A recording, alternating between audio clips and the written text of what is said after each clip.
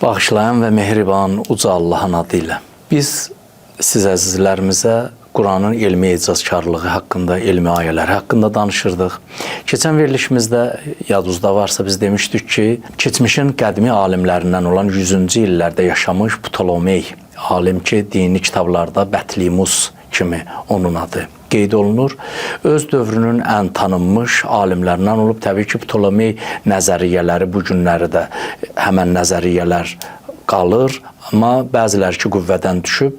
Peyğəmbərimiz Qurani-Kərimi gətirəndə o nəzəriyyələr dünyaya hakim idi. Ptolomey özü bütün sahələrdə, əksər sahələrdə onun elmi nəzəriyyələri vardır. Riyaziyyat sahəsində, astronomiya sahəsində ki, biz istərdik o astronomiya sahəsindəki onun nəzəriyyəsi bu idi ki, yalnız yuxarı göy, ki göy 8 qatdan ibarətdir, yalnız yuxarı göy ulduzlarla bəzədilib, Qurani-Kərim gəlib 1400 il bundan əvvəl ki, insanların elmdən düşündükləri yalnız ən savadlıları Ptolomey nəzəriyyəsini qəbul etmiş insanlar idi.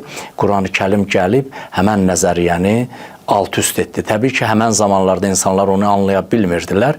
Amma təbii ki, zamanlar keçdikcə, elm inkişaf elədikcə o nəzəriyyələri sübut eləyəndən sonra ki, o nəzəriyyələr əsassız nəzəriyyələrdir. Qurani-Kərimin həmin ayələri ki, Ptolomey nəzəriyyələrin alt-üst edib, o ayələr insanlar onda dərk elədilər. Mən istərdim o ayəni sizə oxuyam.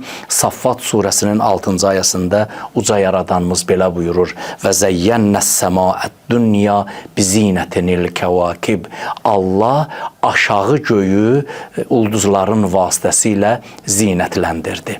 Hətta belə bir məsələlərlə biz rastlaşırıq. Bəzən göy üzünə baxanda ulduzların sayrışmasını, yəni göz vurmasını görürük. Bu nəyin nəticəsindədir?